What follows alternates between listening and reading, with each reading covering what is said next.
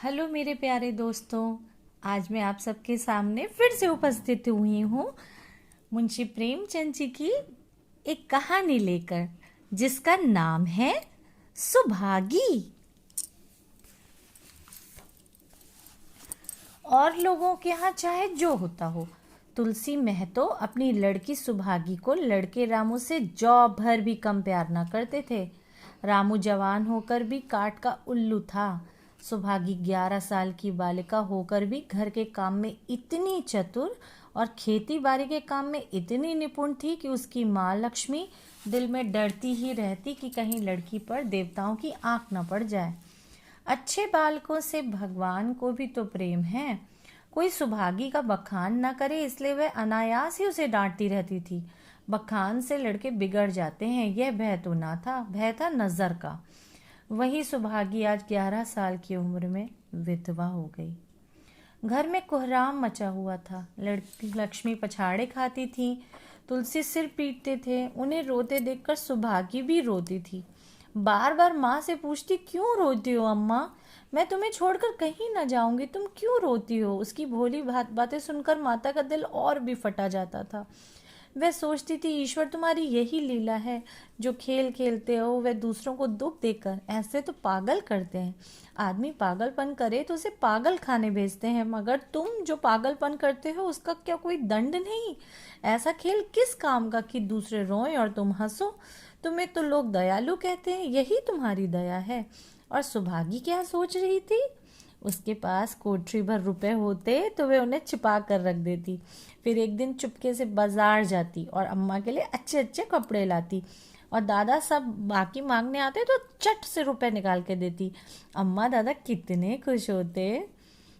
जब सुभागी जवान हुई तो लोग तुलसी महतो पर दबाव डालने लगे कि लड़की का घर कहीं कर दो, जवान लड़की का यूं फिरना ठीक नहीं। जब हमारी बिरादरी में इसकी कोई निंदा नहीं है तो तुम क्यों सोच विचार करते हो? तुलसी ने कहा, भाई मैं तो तैयार हूँ, लेकिन जब सुभागी भी माने, वह किसी तरह राजी नहीं होती। हरिहर ने सुभागी को समझाकर कहा, बेटी हम तेरे ही भले के लिए कहते हैं। माँ बाप अब बूढ़े हुए, अब उनका क्या भरोसा, तुम इससे कब तक बैठी रहोगी? सुभागी ने सर झुकाकर कहा, चाचा मैं तुम्हारी बात समझ रही हूँ, लेकिन मेरा मन घर करने को नहीं कहता। मुझे आराम की चिंता नहीं है, मैं सब कुछ झेलने को तैयार हूँ, और जो काम तुम कहो वे सिर आंखों के बल करूँगी, मगर घर बसाने को मुझसे ना कहो। जब मेरा चाल कुचाल देखना तो मेरा सिर काट लेना। अगर मैं सच्चे बाप की बेटी होंगी तो बात की मैं पक्की होंगी। फिर लज्जा रखने वाले तो भगवान है, मेरी क्या हस्ती है कि अभी मैं कुछ कहूँ। उज्जड रामू बोला, तुम अगर सोचती हो कि भैया कमाएंगे और मैं बैठी मौज करूंगी तो इस भरोसे ना रहो। यहाँ किसी ने जन्म भर का ठीका नहीं लिया है। रामू की दुल्हन ने भी 2 अंगुल ऊंची थी, बोली मटक कर बोली, हमने किसी का करज थोड़ी ना खाया है कि जन्म भर बैठे भरा करें। यहाँ तो खाने को भी महीन चाहिए, पहनने को भी महीन चाहिए, ये सब हमारे बूते की बात नहीं है। सुभागी ने गर्व से भरे हुए सर में कहा, भाभी मैं तुम्हारा आसरा कभी नहीं किया, और भगवान ने चाहा तो कभी करूँगी भी नहीं। तुम अपनी देखो, मेरी चिंता ना करो। रामू की दुल्हन को जब मालूम हो गया कि सुभागी घर ना करेगी तो और भी उसके सिर हो गई। हमेशा एक ना एक खुड़च लगाए रहती, उसे रुलाने में जैसे उसको मज़ा आता था। वे बेचारी पहर रात से उठकर कूटने पीसने में लग जाती, चौका बर्तन करती, गोबर पाती, फिर खेत में काम करने चली जाती। दोपहर को आकर जल्दी जल्दी खाना पका कर सबको खिलाती। रात को कभी माँ के सिर में दिल डालती, कभी उसकी देह दबाती। तुलसी चिलम के भक्ते उन्हें बराबर चिलम पिलाती बार बार। जहाँ तक अपना बस चलता, माँ बाप को कोई काम न करने देती। हाँ, भाई को न रोकती। सोचती ये तो जवान आदमी है, ये काम न करेंगे तो गृहस्थी कैसे चलेगी। मगर रामू को ये बड़ा बुरा लगता।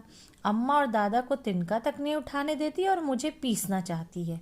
यहाँ तक कि एक दिन वह जामे से बाहर हो गया। सुभागी से बोला, अगर उन लोगों का बड़ा मोह है तो क्यों नहीं अलग लेकर रहती हो? तब सेवा करो तो मालूम हो कि सेवा कड़वी लगती है कि मीठी। दूसरों के बल पर वाहवाही लेना आसान है, बहादुर वह है जो अपने बल पर काम करे। सुभागी ने तो कुछ जवाब ना दिया, बात बढ़ जाने का भय था, मगर उसके माँ बाप बैठे सुन रहे थे। महतो से ना रहा गया, बोले, क्या है रामू, उस गरीबिन से क्यों लड़ते हो? रामू पास आकर बोला, तुम क्यों बीच में कूद पड़े, मैं तो उसको कहता था। तुलसी, जब तक मैं जीता हूँ तुम उसे कुछ नहीं कह सकते, मेरे पीछे जो चाहे करना। बेचारी का घर में रहना मुश्किल कर दिया है। रामू, आपको बेटी बहुत प्यारी है तो उसे गले बांध कर रखिए, मुझसे तो नहीं सहा जाता। तुलसी, अच्छी बात है, अगर तुम्हारी ये मर्जी है तो यही होगा। मैं कल गांव के आदमियों को बुलाकर बंटवारा कर दूंगा, तुम चाहे छूट जाओ, सुभागी नहीं छूट सकती। रात को तुलसी लेटे तो पुरानी बात याद आ गई, जब रामू के जन्मोत्सव में उन्होंने रुपए कर्ज लेकर जलसा किया था और सुभागी पैदा हुई तो घर में रुपए रहते हुए उन्होंने एक कौड़ी भी ना खर्च की। पुत्र को रत्न समझा था, पुत्री को पूर्व जन्म के पापों का दंड। यह रत्न कितना कठोर निकला और यह दंड कितना मंगलमय। दूसरे दिन महतो ने गांव के आदमियों को जमा करके कहा, पंचो, अब रामू का और मेरा एक में निभाह नहीं होता। मैं चाहता हूँ कि तुम लोग इंसाफ से जो कुछ मुझे दे दो वह लेकर अलग हो जाऊं। रात दिन की किचकिच अच्छी नहीं है। गांव के मुख्तार बाबू सज्जन सिंह बड़े सज्जन पुरुष थे। उन्होंने रामू को बुलाकर पूछा, क्यों जी, तुम अपने बाप से अलग रहना चाहते हो? तुम्हें शर्म नहीं आती कि औरत के कहने से माँ बाप को अलग किए देते हो? राम राम। रामू ने ढिठाई के साथ कहा, जब एक में गुजरना हो तो अलग ही हो जाना अच्छा है। सज्जन सिंह, तुमको एक में क्या कष्ट होता है? रामू, एक बात हो तो बताओ। सज्जन, कुछ तो बताओ।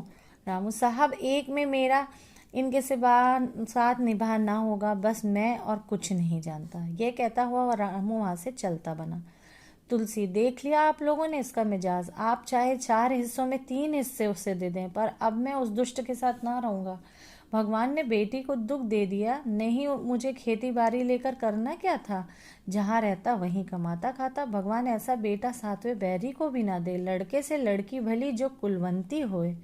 सहसा सुभागी आकर बोली, दादा, ये सब बांट बखरा मेरे ही कारण तो हो रहा है, मुझे क्यों नहीं अलग कर देते? मैं मेहनत मजदूरी करके अपना पेट पाल लूंगी, अपने से जो कुछ बन पड़ेगा तुम्हारी सेवा करती रहूंगी, पर रहूंगी अलग। यूं घर का 12 बांट होते देख मुझसे नहीं देखा जाता। मैं अपने माथे पर कलंक नहीं लेना चाहती। तुलसी ने कहा, बेटी, हम तुझे ना छोड़ेंगे चाहे संसार छूट जाए। रामू का मैं मुंह नहीं देखना चाहता, उसके साथ रहना तो दूर रहा। रामू की दुल्हन बोली, तुम किसी का मुंह देखना नहीं चाहते तो हम भी तुम्हारी पूजा करने को कोई व्याकुल नहीं है। मैं तो दांत पीसते हुए उठे कि बहू को मारे, मगर लोगों ने पकड़ लिया।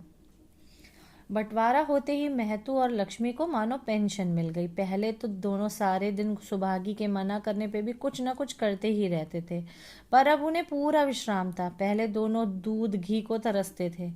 सुभागी ने कुछ रुपया बचाकर एक भैंस ले ली। बूढ़े आदमियों की जान तो उनका भोजन है, अच्छा भोजन ना मिले तो किस आधार पर रहें?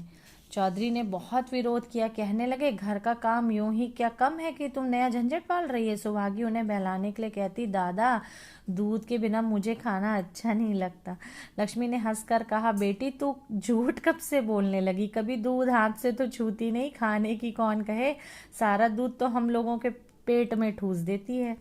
गांव में जहां देखो सबके मुंह से सुभागी की तारीफ। लड़की नहीं देवी है, 2 मर्दों का काम भी करती है, उस पर माँ बाप की सेवा भी की जाती है। सज्जन सिंह तो कहते ये उस जन्म की देवी है, मगर शायद महतो को ये सुख बहुत दिन तक भोगना ना लिखा था। 7-8 दिन में महतो को जोर का ज्वर चढ़ा हुआ था, देह पर कपड़े का तार भी नहीं रहने देते। लक्ष्मी पास बैठी रो रही थी। सुभागी पानी लेकर खड़ी है। अभी एक क्षण पहले महतो ने पानी मांगा था, पर जब तक वे पानी लाए उनका जी डूब गया और हाथ पांव ठंडे हो गए। सुभागी उनकी ये दशा देखते ही रामू के घर गई और बोली, भैया चलो देखो, आज दादा ना जाने कैसे हुए जाते हैं, 7 दिन से ज्वर नहीं उतरा। रामू ने चारपाई पर लेटे लेटे कहा, तो मैं क्या कोई डॉक्टर हकीम हूँ जो देखने चलूँ? अब जब तक अच्छे थे तब तक तो मैं उनके गले का तुम हार बनी हुई थी, अब जब मरने लगे तो मुझे बुलाने आई हो। उसी वक्त उसकी दुल्हन अंदर से निकल आई और सुभागी से पूछा, दादा को क्या हुआ है दीदी? सुभागी के पहले रामू बोल उठा, हुआ क्या है? अभी कोई मरे थोड़े ही जाते हैं। सुभागी ने फिर उससे कुछ ना कहा, सीधे सज्जन सिंह के पास गई। उसके जाने के बाद रामू हंसकर स्त्री से बोला, त्रिया चरित्र इसी को कहते हैं। स्त्री, इसमें त्रिया चरित्र की कौन सी बात है, चले क्यों नहीं जाते। रामू, मैं नहीं जाने का, जैसे उसे लेकर अलग हुए थे वैसे उसे लेकर रहें, मर भी जाए तो ना जाऊं। स्त्री हंसकर, मर जाएंगे तो आग देने तो जाओगे, तब कहाँ भागोगे। रामू, कभी नहीं, सब कुछ उनकी प्यारी सुभागी कर लेगी। स्त्री, तुम्हारे रहते वह क्यों करने लगी। रामू, जैसे मेरे रहते उसे लेकर अलग हुए थे, और कैसे। स्त्री, नहीं जी, अच्छी बात नहीं है, चलो देखाएं, कुछ भी हो बाप ही तो हैं, फिर गांव में कौन मुंह दिखाओगे। रामू, चुप रहो, मुझे उपदेश मत दो। उधर बाबू साहब ने जो ही महतो की हालत सुनी तुरंत सुभागी के साथ भागे चले आए। यहाँ पहुंचे तो महतो की दशा और खराब हो चुकी थी, नाड़ी देखी तो बहुत धीमी थी। समझ गए कि जिंदगी के दिन पूरे हो गए, मौत का आतंक छाया हुआ था। सजल नेत्र होकर बोले, महतो भाई कैसा जी है। महतो जैसे नींद से जागकर बोले, बहुत अच्छा है भैया, अब तो चलने की बेला है। सुभागी के पिता अब तुम ही हो, उसे तुम ही को सौंपे जाता हूँ। सज्जन सिंह ने रोते हुए कहा, भैया महतो घबराओ मत, भगवान ने तो चाहा तो तुम बहुत अच्छे हो जाओगे। सुभागी को तो मैंने हमेशा अपनी बेटी समझा है और जब तक जीऊंगा ऐसे ही समझता रहूंगा। तुम निश्चिंत रहो, मेरे रहते सुभागी या लक्ष्मी को कोई तिरछी आंख से ना देख सकेगा। और कुछ इच्छा हो तो वह भी कह दो। महतो ने विनीत नेत्रों से देखकर कहा, और कुछ नहीं कहूँगा भैया, भगवान तुम्हें सदा सुखी रखे। सज्जन रामू को बुलाकर लाता हूँ, उससे जो भूल चूक हो क्षमा कर दो। महतो, नहीं भैया, उस पापी हत्यारे का मुंह मैं नहीं देखना चाहता। उसके बाद गोदान की तैयारी होने लगी। रामू को गांव भर ने समझाया पर वह अंत्येष्टि करने पर राजी न हुआ। कहा, जिस पिता ने मरते समय मेरा मुंह देखना स्वीकार न किया कि वह ना मेरा पिता है न मैं उनके पुत्र हूँ। लक्ष्मी ने दाह क्रिया की। इन थोड़े से दिनों में सुभागी न जाने कैसे रुपए जमा कर लिए थे कि वे तेरही का सामान आने लगा तो गांव वालों की आंखें खुल गईं। बर्तन, कपड़े, घी, शक्कर, सभी सामान इफरात से जमा हो गए। रामू देख देख के जलता था और सुभागी उसे जलाने ही के लिए सबको सामान दिखाती थी। लक्ष्मी ने कहा, बेटी घर देखकर खर्चा करो, अब कोई कमाने वाला नहीं बैठा है, आप ही कुआं खोदना और पानी पीना है। सुभागी बोली, बाबूजी का काम तो धूमधाम से ही होगा अम्मा, चाहे घर रहे या जाए, बाबूजी फिर थोड़ी ना आएंगे। मैं भैया को दिखा देना चाहती हूँ कि अबला क्या कर सकती है। वे समझते होंगे इन दोनों की कुछ ना होगा, उनका ये घमंड तोड़ दूंगी। लक्ष्मी चुप रही। तेहरी के दिन 8 गांव के ब्राह्मणों का भोज हुआ, चारों तरफ वाहवाही मच गई। पिछले पहर का समय था, लोग भोजन करके चले गए थे। लक्ष्मी थककर सो गई थी, केवल सुभागी बची हुई चीजें उठा उठा कर रख रही थी कि ठाकुर सज्जन सिंह ने आकर कहा, अब तुम भी आराम करो बेटी, सवेरे ये सब काम कर लेना। सुभागी ने कहा, अभी थकी नहीं हूँ दादा। आपने जोड़ लिया कुल कितने रुपए उठे। सज्जन, ये पूछ कर क्या करोगी बेटी। कुछ नहीं, यूं ही पूछती थी। कोई 300 रुपये उठे होंगे। सुभागी ने सकुचाते हुए कहा, मैं इन रुपयों की देनदार हूँ, तुमसे मैं मांगता नहीं, मैं तो मेरे मित्र और भाई थे, उनके साथ कुछ मेरा भी तो धर्म है। आपकी यही दया क्या कम है कि मेरे ऊपर इतना विश्वास किया, मुझे कौन 300 रुपये देता। लक्ष्मी उन स्त्रियों में से थी जिनके लिए पति वियोग जीवन स्रोत का बंद हो जाना है। 50 वर्ष के चिर सहवास के बाद अब यह एकांत जीवन उसके लिए पहाड़ हो गया। उसे अब ज्ञात हुआ कि मेरी बुद्धि, मेरा बल, मेरी सुमति मानो सबसे मैं वंचित हो गई। उसने कितनी बार ईश्वर से विनती की थी, मुझे स्वामी के सामने उठा लेना, मगर उसने ये विनती स्वीकार ना की। मौत पर अपना काबू नहीं तो क्या जीवन पर भी काबू नहीं है। वह लक्ष्मी जो गांव में अपनी बुद्धि के लिए मशहूर थी, जो दूसरों को सीख दिया करती थी, अब बौरही हो गई। सीधी सी बात नहीं करते बनती थी उससे। लक्ष्मी का दाना पानी उसी दिन से छूट गया। सुभागी के आग्रह पर चौके में जाती, मगर कौरकंड के नीचे न उतरता। 50 वर्ष हुए, एक दिन भी ऐसा न हुआ कि पति के बिना खाए खुद खाया हो। अब उस नियम को कैसे तोड़े। आखिर उसे खांसी आने लगी, दुर्बलता ने जल्द खाट पर डाल दिया। सुभागिया अब क्या करे। ठाकुर साहब के रुपए चुकाने के लिए दिलो जान से काम करने की जरूरत थी। यहाँ माँ बीमार पड़ गई, अगर बाहर जाए तो माँ अकेली रहती हैं, उनके पास बैठे तो बाहर का काम कौन करे। माँ की दशा देखकर सुभागी समझ गई कि उनका परवाना भी आ पहुंचा। महतो को भी तो यही जोर था। गांव में और किसे फुर्सत थी कि दौड़ धूप करता। सज्जन सिंह ने दोनों वक्त आते, लक्ष्मी को देखते, दवा पिलाते, सुभागी को समझाते और चले जाते। मगर लक्ष्मी की दशा बिगड़ती जाती थी, यहाँ तक कि 15वें दिन वह भी संसार से सिधार गई। अंतिम समय रामू आया और उसके पैर छूना चाहता था, पर लक्ष्मी ने उसे ऐसी झिड़की दी कि वह उसके समीप ना जा सका। सुभागी को उसने आशीर्वाद दिया, तुम्हारी जैसे बेटी पाकर तर गई। मेरा क्रियाकर्म तुम ही करना। मेरी भगवान से यही अर्जी है कि उस जन्म में भी तुम मेरी कोख पवित्र करो। माता के देहांत के बाद सुभागी के जीवन का केवल एक लक्ष्य रह गया, सज्जन सिंह के रुपए चुकाना। 300 पिता के क्रियाकर्म में लग गए थे, लगभग 200 माता के काम में लगे, 500 का ऋण था और उसकी अकेली जान, मगर वह हिम्मत न हारती थी। 3 साल तक सुभागी ने रात को रात और दिन को दिन न समझा। उसकी कार्य शक्ति और पौरुष देखकर लोग दांतों तले उंगली दबाते थे। दिन भर खेती बाड़ी का काम करने के बाद वह रात को 4-4 पसेरी आटा पीस डालती। 30वें दिन 15 लेकर वह सज्जन सिंह के पास पहुंच जाती। इसमें कभी नागा न पड़ता, यह मानो प्रकृति का अटल नियम था। अब चारों ओर से उसकी सगाई के पैगाम आने लगे, सभी उसके लिए मुंह फैलाए हुए थे। जिसके घर सुभागी जाएगी उसके भाग्य फिर जाएंगे। सुभागी यही जवाब देती, अभी वह दिन नहीं आया। जिस दिन सुभागी ने आखिरी किश्त चुकाई उस दिन उसकी खुशी का ठिकाना न था। आज उसके जीवन का कठोर व्रत पूरा हो गया। वह चलने लगी तो सज्जन सिंह ने कहा, बेटी तुमसे मेरी एक प्रार्थना है, कहो कहूँ कहो ना कहूँ, मगर वचन दोगे कि मानोगी। सुभागी ने कृतज्ञ भाव से देखकर कहा, दादा आपकी बात ना मानूंगी तो किसकी मानूंगी, मेरा तो रोया रोया आपका गुलाम है। सज्जन सिंह, अगर तुम्हारे मन में ये भाव है तो मैं ना कहूँगा। मैंने अब तक तुमसे इसलिए नहीं कहा कि तुम अपने को मेरा देनदार समझ रही थी। अब रुपए चुक गए, मेरा तुम्हारे पर कोई एहसान नहीं है, रत्ती भर भी नहीं। बोलो कहूँ। सुभागी, आपकी जो आज्ञा हो। सज्जन सिंह, देखो इनकार न करना, नहीं मैं फिर तुम्हें अपना मुंह ना दिखाऊंगा। सुभागी, क्या आज्ञा है।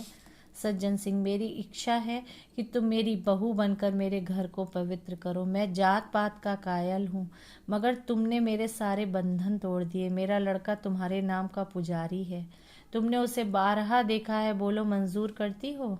सुभागी, दादा इतना सम्मान पाकर पागल हो जाऊंगी। सज्जन सिंह, तुम्हारा सम्मान भगवान कर रहे हैं बेटी, तुम साक्षात भगवती का अवतार हो।